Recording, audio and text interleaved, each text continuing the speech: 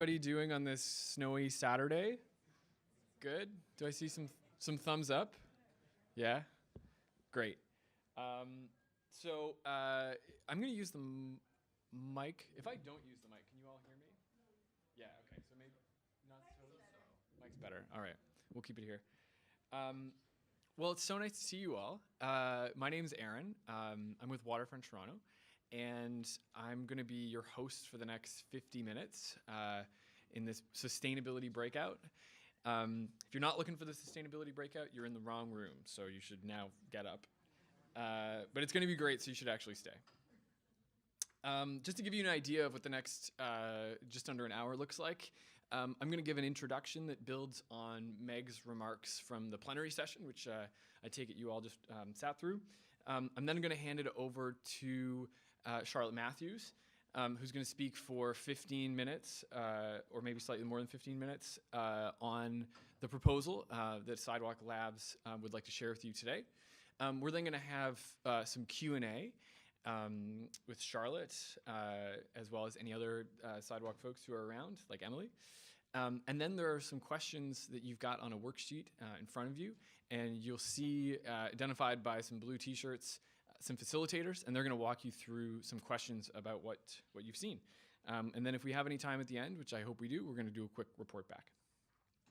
So coming back to what Meg presented just a few minutes ago, there were some key objectives that Waterfront Toronto articulated in the RFP for an innovation and funding partner.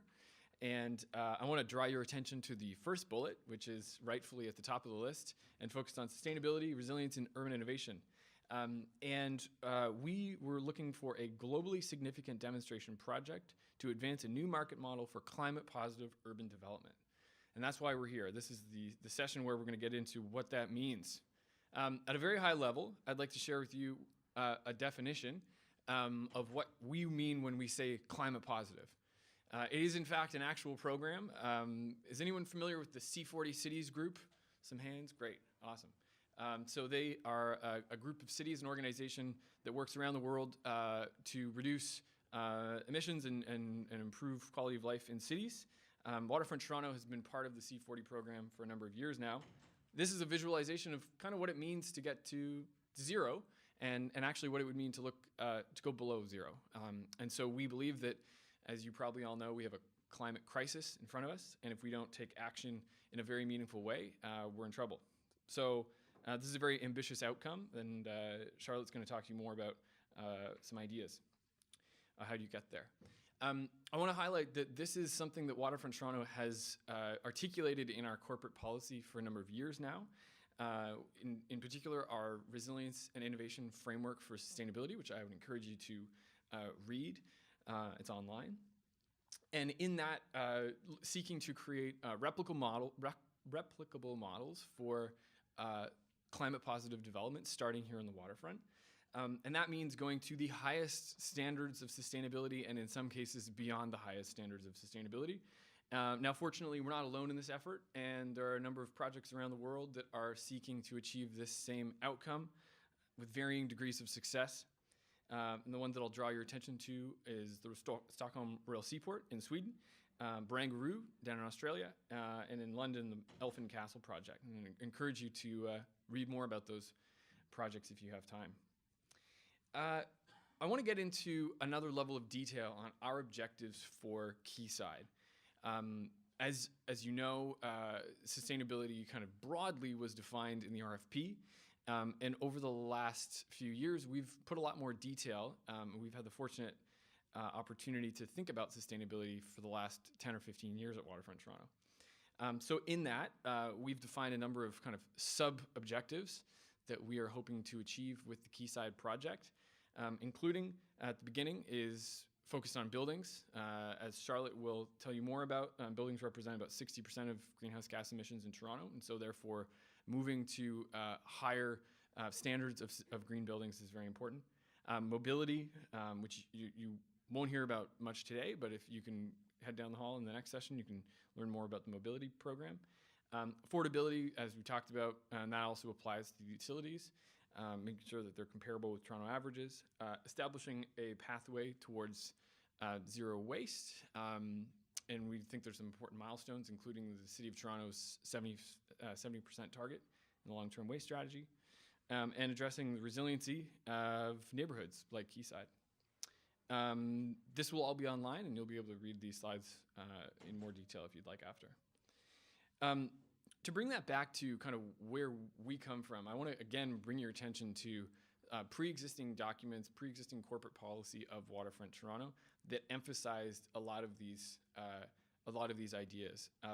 Climate positive is articulated in quite a bit of detail, including some ideas on a pathway for getting there within our 2017 Resilience and Innovation Framework, as well as many of the other concepts that are articulated in our objectives for Quayside.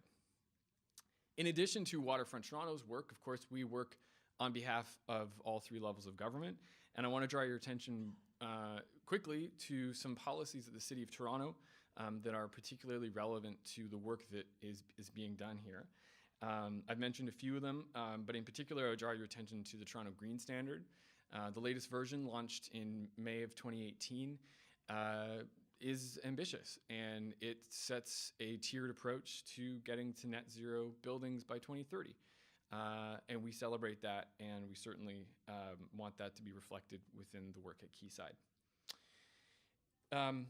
Again, more detail for you to review, but without any further ado, I want to introduce Charlotte Matthews, the Director of Sustainability at Sidewalk Labs, who is going to spend the next 15 minutes giving you an overview of the proposal. Charlotte. Thank you. So I've just started this. I'm supposed to have 15 minutes to talk, and then there's 10 minutes for questions. I always find that really annoying when I'm in the audience, because if I have a question, it just sort of gets in my way. So I thought I'd give us 25 minutes where I'm going to talk and you're going to ask questions as they come up, and we'll also allow questions at the end for something that you didn't quite get in. So I have the privilege to be the Director of Sustainability on this amazing project. And I also have the privilege of working with two other people in this room very closely, in addition to Erin. Emily Kildow, who is the Associate Director, who is really the expert on stormwater and waste in this room, but I'm going to try and do some coverage, but I would look to Emily to answer the tough questions. And then also Colin, who is someone who joined us as a summer intern to lead our flexible utilities work. And despite the fact he has gone back to grad school, is managing to give us 3 days a week and is often on a train or arriving late on an airplane. So thank you. And with that, let's kick it off. So we want to actually make a leapfrog forward, we've been iteratively trying to improve buildings and cities and urban development, but we really have some major, I would say, crises. I think we're in the right room to say climate change and affordability. And we are trying to create a blueprint of a climate positive community that actually is reducing greenhouse gas emissions so severely that we can then do some things to create credits and actually have a net positive impact, but also do it in an affordable way. So this is kind of like sort of the one snapshot of some of our approach. I don't get the privilege to talk about all of these in detail because we're trying to keep ourselves in 25 minutes. So I'm going to do a deep dive on 2 items. But as you heard, Meg, and actually Jesse did a really great overview of the work here. We're looking at the power, we're looking at stormwater and its integration with nature to bring nature into urban settings. A thermal grid, which enables the capture of waste heat that's coming out of our buildings, also our sewer systems, and using sort of the geothermal, that the ground is like a battery where you can deposit the heat that you're rejecting during the cooling season and then reuse that for heating the buildings later. Tall timber is very much a part of our work and the embodied energy reduction that we believe that offers relative to concrete and steel. Diverting waste from landfill, something that I don't get to talk about in detail today, but I think is really important. About recycling is so annoying because it's more difficult than it should be, and it actually turns out to be more expensive than just throwing it in the garbage in the landfill because, okay, I'm not going to go into a deep dive, but if you have questions later, I might. And then obviously using energy better. So how do you get to climate positive? I mean, this is one of these goals that's just like, come on, are you serious? But in fact, I think we're going to get there. And I'm not just being overly optimistic. I really think that we've done the work to figure out how to do this. So right off the bat, buildings are a big deal. And if you look at urban centers and more of these densely developed cities, the contribution of mobility towards the greenhouse gas emissions is reducing because there are more people walking in public transportation. So buildings become an even greater. So while in Toronto it's 60% of the GHG emissions are from buildings, in New York and London and Paris and Los Angeles, it's actually higher, 70, 80%. So really focusing on this source. I cannot believe 87% of the GHG emissions, and greenhouse gas emissions, for those who don't know when I use GHG emissions, is from the burning of fossil fuels and specifically natural gas on site for heating and hot water. So this is kind of where we really need to focus. But, oh, by the way, electricity costs 5 times more than gas. So if I'm going to also attain this affordability and ensure that this idea is scalable and that everyone has a utility bill that looks a lot like what they're paying today, if not better, I need to make sure that I'm reducing that cost of electricity. So here's the approach. Yes, we pull out natural gas, and then we use something called a heat pump, which is basically an electric mechanical system that is moving energy from one place to another, like an air conditioner. How it's hot outside, you run your air conditioner, and somehow you plug it in, you get electricity, and out comes cold air. So a heat pump uses the exact same cycle, it's just it can go backwards too, so it can also provide heat. But that's a lot of electricity, right? You know, your AC is not the cheapest thing in your house.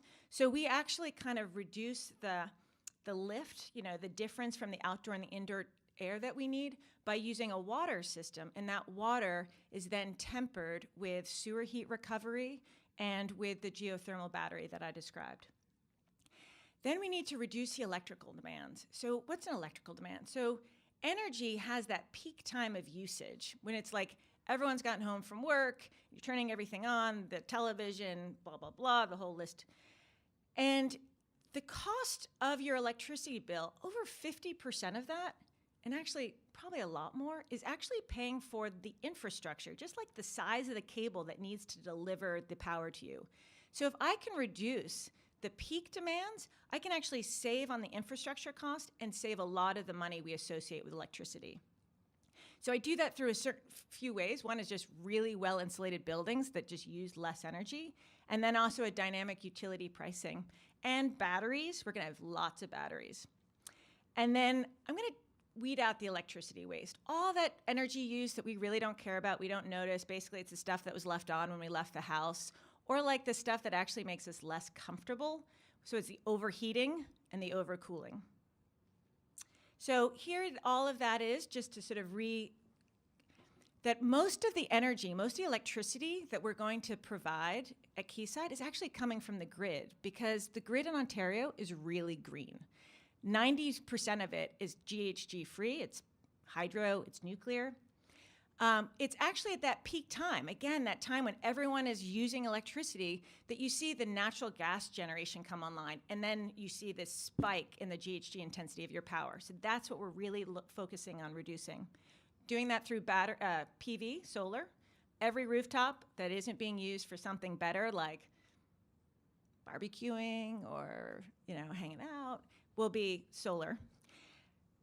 Batteries, about 40% of the peak demand we expect to be actually able to be offset with batteries that we would discharge, and then we recharge them off hours. We need to electrify mobility, so a lot of electric vehicle recharging. I mentioned how we're gonna use heat pumps with the thermal grid, well-insulated buildings with the Toronto Green Standard, which we actually are targeting Tier 3, but we actually achieve the Tier 4 level GHG target because we don't have natural gas.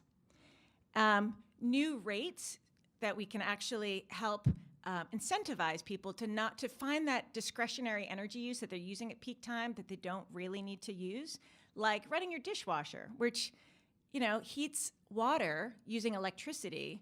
Well, after dinner, you probably just load it up, you press start.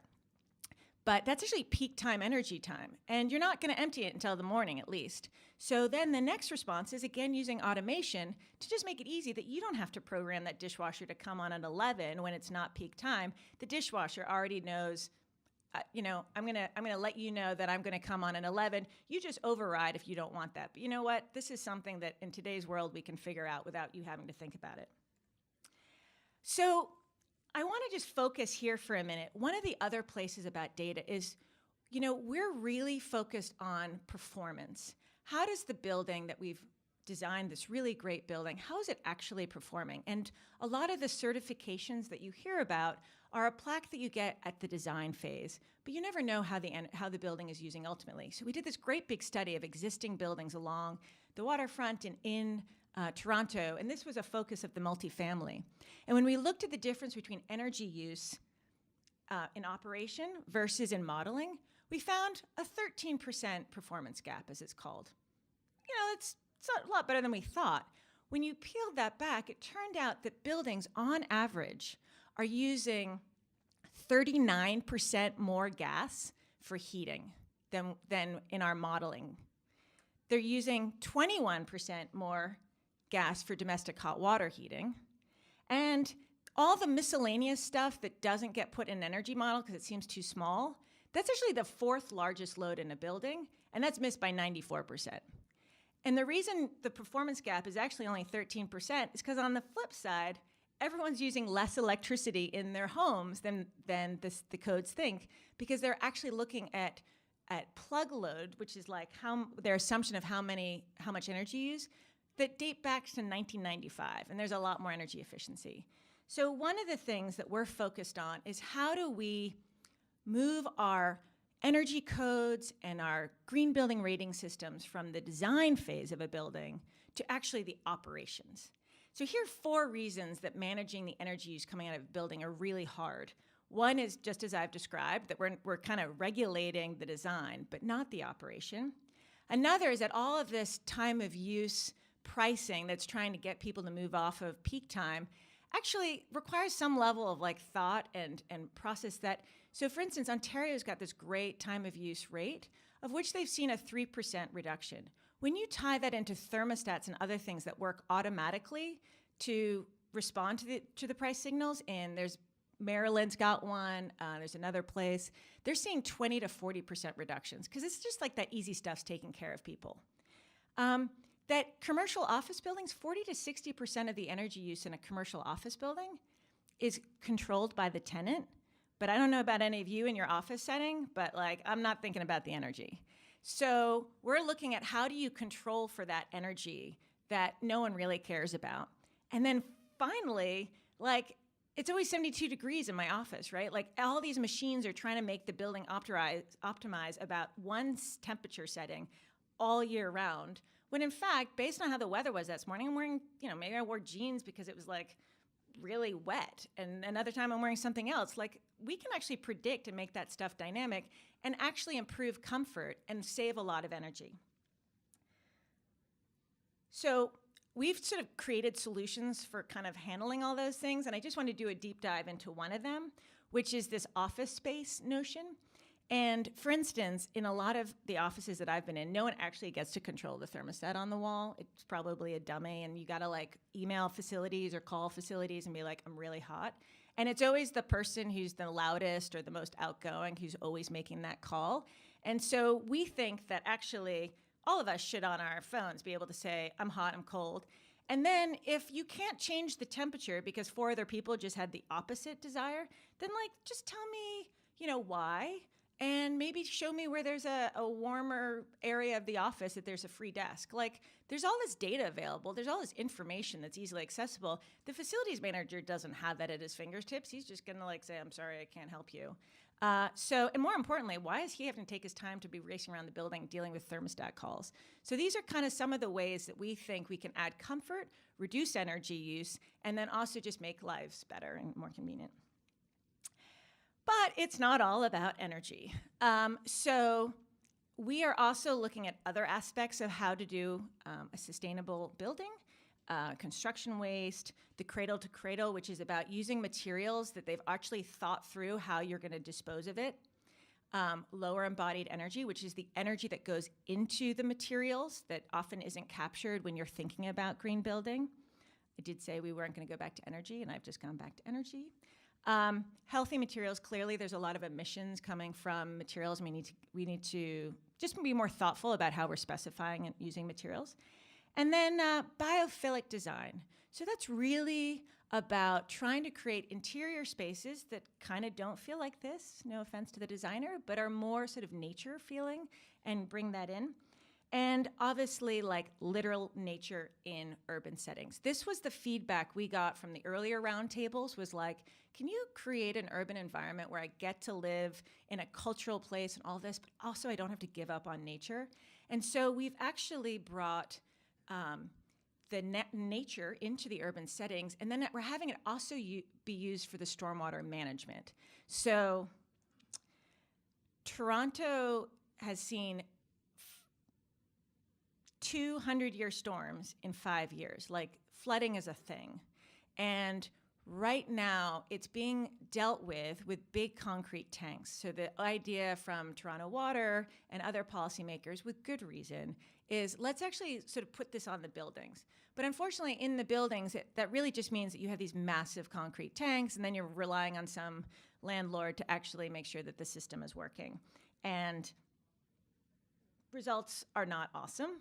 So what we're looking at is an urban, is a public realm that actually has that nature and is then using the soil and other devices, or rather other systems, green infrastructure is what we call it, to manage that stormwater. And so this is a site plan where you can see the deep blue is where we're actually retaining the water, and then the other areas we just have trees and other things. The reason that current policy has not been relying as much on green infrastructure and looking more at what we call gray infrastructure, these concrete tanks, is because you really don't know when nature's working. It's very hard to know if the system is being maintained and if the water is actually getting filtered. And so that's where technology, again, helps us, that we can actually censor the flows and the water quality coming out of those systems, and thus know when they need to be maintained and how well they're working. And then we feed that back to Toronto Water and show that we're meeting their performance criteria, just using a different type of infrastructure. And this is just a sort of a horizontal section so that you can see that blue is not actually a big concrete tank. They're actually called silvacells. So they give you the structure that you need so that people and cars can move over it, but that it still keeps enough air in there for the roots to go through and the water to filter through. So I hope that I have basically kept, 15 minutes and 55 seconds. No questions from you yet, but I hope that you will use our remaining 9 minutes to do that. These are all the aspects of our plan that I didn't get to do deep dive on, but if you wanted to ask questions about it, have at it. This is your time. Yes?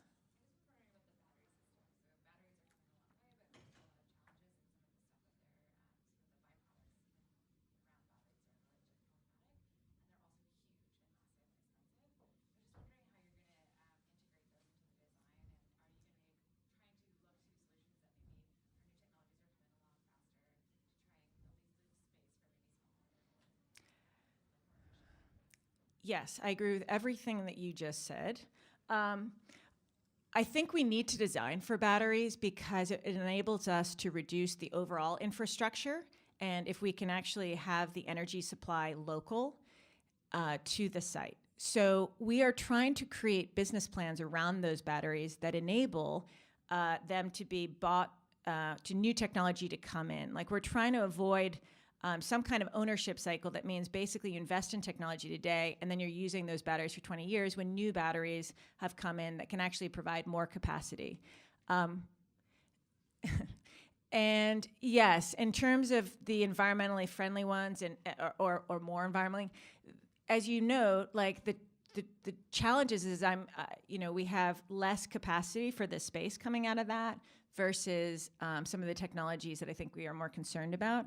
So it's a balance. And, I don't have to specify the batteries for this project today. So we are making sure that we have space that using current technologies, we could meet that 40% demand, knowing that I will specify that, 3 years from now, and then I'll constantly be looking at what the next best generation is. Yes? Comment on the batteries. I mean, it's going through a rapid price reduction right now globally because of the scaling up of production and the quantities of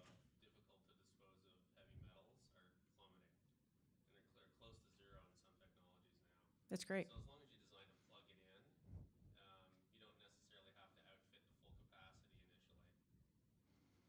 Yep. Because I know what you mean, if you design for the full system for 20 years, you've got a sunk cost that you then have to like either prematurely turn over the technology and phase it in. Yep, and we would like to phase that in with demand, and so each as you build out the infrastructure. Yeah, I mean, I think though thank you, and that gives us all hope.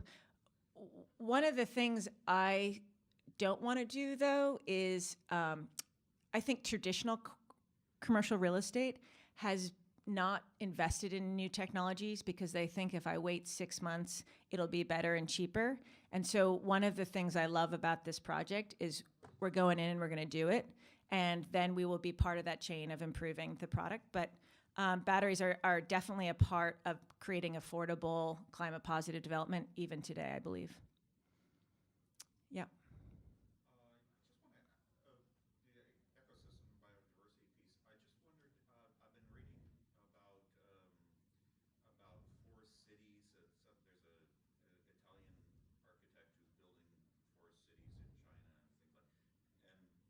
And it seems like that kind of overlaps with what you have in mind. Have you? I forget the guy's name, but have you looked at what he's doing, and are you doing that better or worse or whatever? I can't take credit for having talked to him or I mean, I think it's a neat idea. Emily looks like she has more to offer. Just in terms of the biodiversity, a lot of the stormwater system in the public realm, the aspect of having additional soil quantities allows you to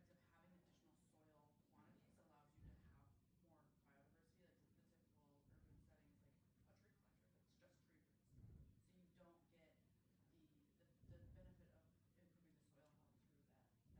So you don't get the benefit of improving the soil health through that process. So just our stormwater system paired with the public realm, it's 40% of the total site area. Soil volume, also increasing tree canopy, that is, bigger tree canopies also allows for animal biodiversity. So those aspects together are kind of bridging those two systems.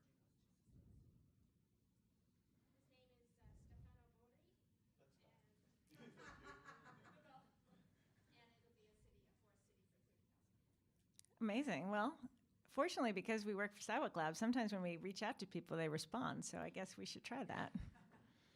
Yes. Just a question on the timber construction. I've only heard of it, I've not seen it, and I don't know necessarily what it's going to buy, but what about the insurance piece in terms of construction? And I only say that because years ago I remember trying to put a roof on a homestead with shingles, and in that particular province they said, no way, fire.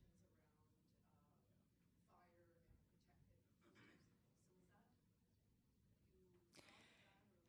Yes. One of the other sections, one of the other breakouts, I believe, is Kareem is here. I know the gentleman. Oh my goodness! Here he is, Kareem. There was a question on. There was a. Will you answer a question for us? There's a question about the tall timber and how it's impacting insurance and the concerns from the fire department about fire and it being wood. Could you just sort of give in a minute sort of what your approach has been? She was over there, the person, yeah.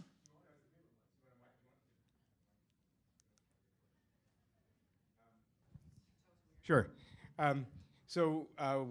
First of all, tall timber around the world is really only getting up to about 12 to 20 stories now as governments become more and more comfortable with the technology. The technology has two pieces that the fire departments are interested in. One is that they add a charring layer. So there's actually a sacrificial layer of the panels that prevents the fire from getting to the structural piece of every panel. Or you encapsulate it with something like drywall or a plaster to protect that structural layer. So we've met the city and talked about how we can do these taller timber buildings and protect them from fire and improve the access to firefighting pieces inside of the building. So there will be encapsulation as we go up from 6 stories. Below 6 stories, the firefighters are very comfortable with a lot of exposed timber because they can work that from the ground, right? Their ladders reach about 6 stories high. So that's part of their approach. But as we go up, we've put in enhanced fire suppression systems called a mist system, which puts out fires much more quickly. So that gives us some more confidence with the fire department. But we've been meeting with them regularly, and I have another meeting with them just after the first of the year to try to progress how we do this. But based on our conversations, it doesn't sound like this type of wood construction is actually more dangerous than other types. Is that true, or am I just being optimistic? I believe that the engineering and science in this area will advance over time.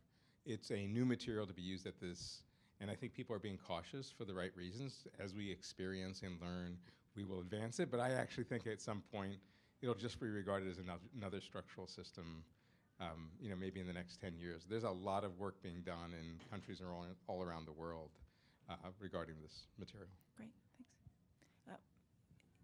Sorry, the fire safety aspect of it is something I know a heck of a lot about. So And could questions be on mic? We're actually doing audio recordings, and I'd like for all questions to be on mic so that there's a record of your question.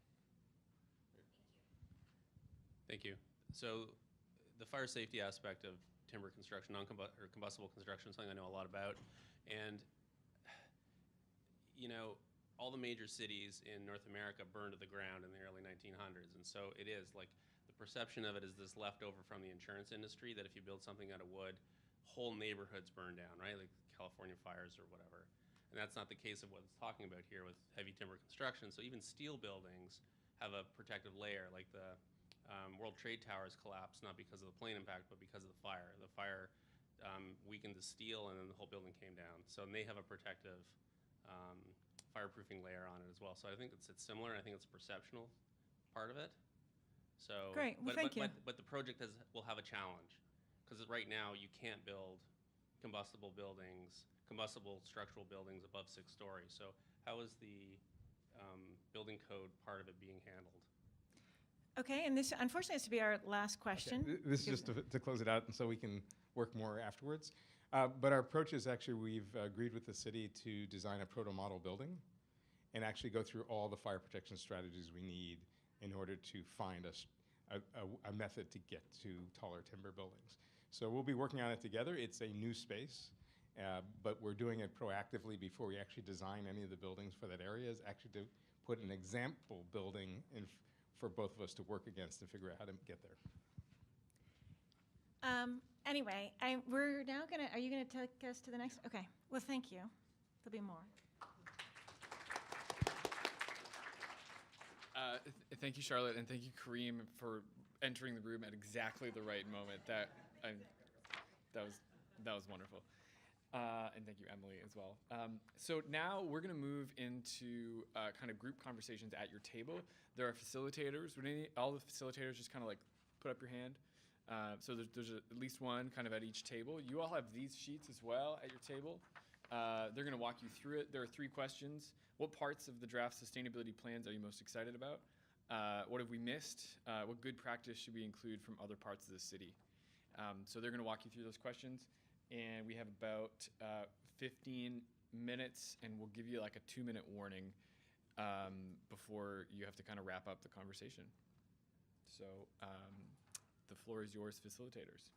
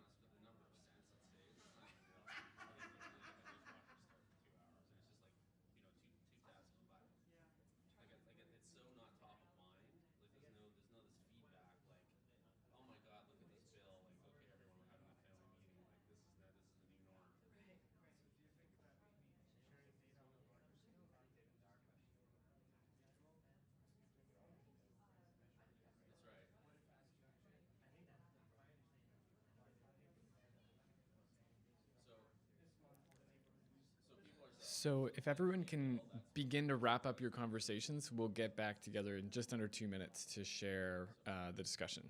So what's critical is that individual units are metered. You got to meter people. They've got to pay a bill.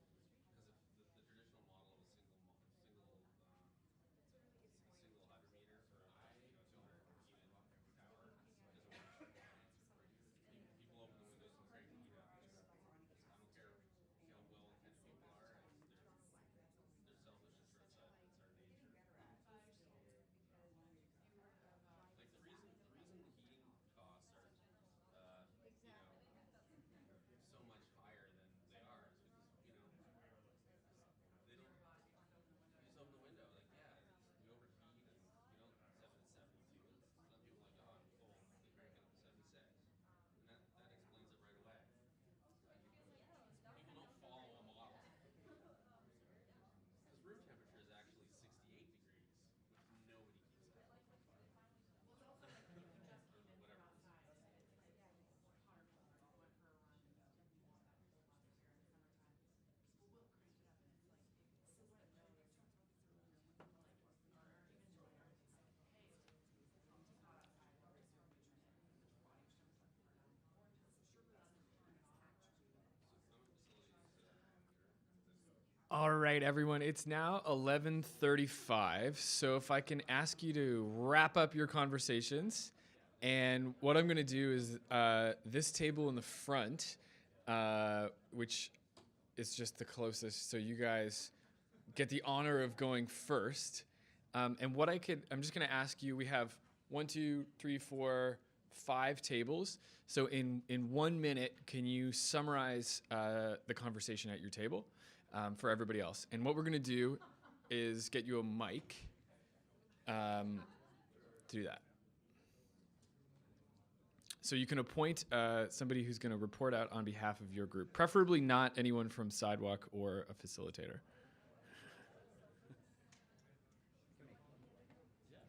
Share around the mic too, Miles. All right, good to go. Okay, so some of the topics we discussed, and I'll just touch on one, maybe I'll pass the mic around, is just looking at proactive solutions versus reactive solutions. And so that's changing really how people act every day and how that can have various benefits. Some of the other things, and I'll touch upon this quickly, I guess, for the table, unless you guys want to speak. No, good. Looking at water collection, other things is looking at recycling and waste management. Yeah, energy, and then how much flexibility as well.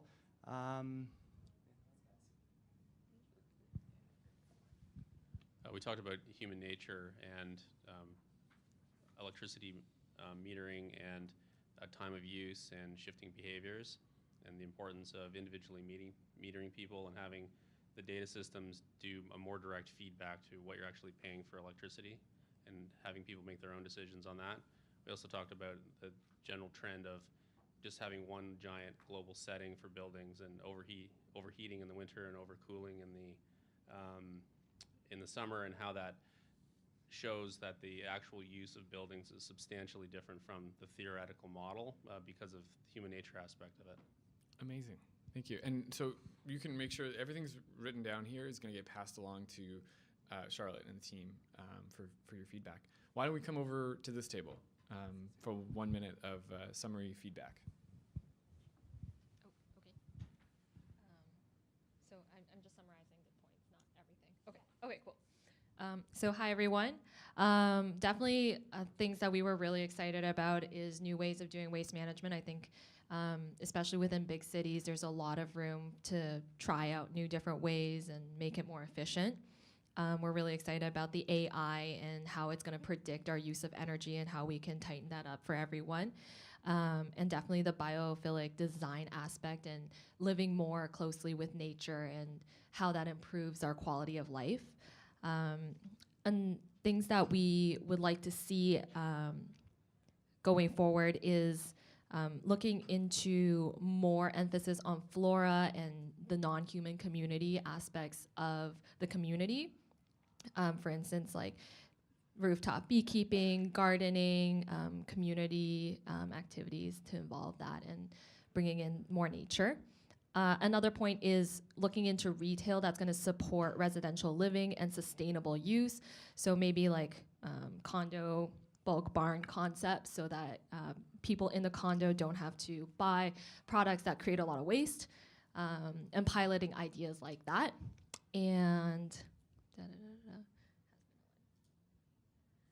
also good practices that we want to include from other parts of the cities include more clarity on the data around sustainabilities, questions around access, and how that digital, how we address like digital gaps. What is open innovation? Can we define what that means for the project? And we'd like to see more connection to the Toronto plans, city TO and resiliency TO plans. Okay. Nice. That's awesome feedback. Thank you. Yes, yes. These all deserve a round of applause. In the interest of time, so we have 2 more tables and then maybe one at the back. So in just under a minute, summary of what you talked about. Hi, so we discussed tall timber construction and making sure that it is environmentally friendly. And we talked a lot about the biophilic designs that will be implemented within the infrastructure and making sure that it's available in not only the office spaces, but like commercial and residential. As well as protecting against natural hazards for fire prevention. We talked about the percentage of canopy and water in the public space and how much percentage will go over the entire layout of the Quayside. We also talked about the issues of like native species, so promoting within the ecosystems, so having more native species because that will contribute to environmental impacts specifically to Ontario, so like the reduction in the bee population, the lack of urban agriculture we noticed, so maybe implementing more like community gardens, food floors, inverted gardens, plants along the walls. We also, and then regenerative and sustainable food security and farming solutions that would be included under that, as well as any sustainable long-lasting parking solutions. So if parking is underneath a lot of the areas, then how would we be able to build a lot of these green spaces if like waterproofing isn't a very long-term solution? And also focusing on the pollution issues and the use of Lake Ontario and how we could better create more community guidelines to making sure that the residents feel more connected to the water and that they have more of a proactive initiative to help protect it. Amazing. That is a great list. Thank you so much. That is really helpful. We have one more table.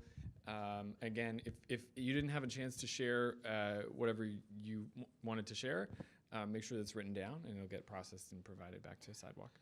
Yeah, ours is written down very nicely, so if I'm incomprehensible, that's good, because it's here. I'm John. And we talked about some of the challenges of sort of using the new technologies and had questions about the new technologies in terms of where what cooling and heating sources are and how that gets distributed around.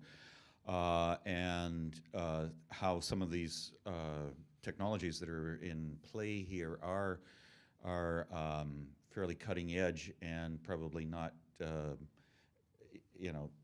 easy for administrators at the city or the province or whatever to get their heads around. So we had some discussion about piloting stormwater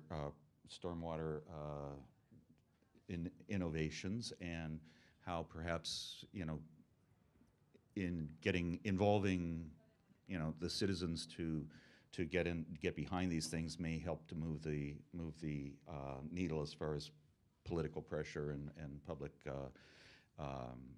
agencies may be concerned. We talked a lot about the timber and the tall timber construction and how that can create a kind of a virtuous feedback loop in terms of the Canadian economy, where we do actually have a world-class forestry industry already here and a lot of trees. So that's a cool thing, as well as the positive feedback from some of the ideas around green infrastructure and the very high target for forest cover and blue and green roofing and issues like that, and as far as both the natural environment but also the positive effects on water use and stormwater management. That's great. Thank you so much. Okay, give everybody a round of applause for all that amazing feedback. You have now 6 minutes. I want to thank, so first I want to thank Charlotte. I want to thank Kareem. I want to thank Emily from Sidewalk for this presentation. If you have any other questions, we're all here all day. We're doing this 3 more times, in fact. And you now have 6 minutes to make it to your next session. So thank you for coming.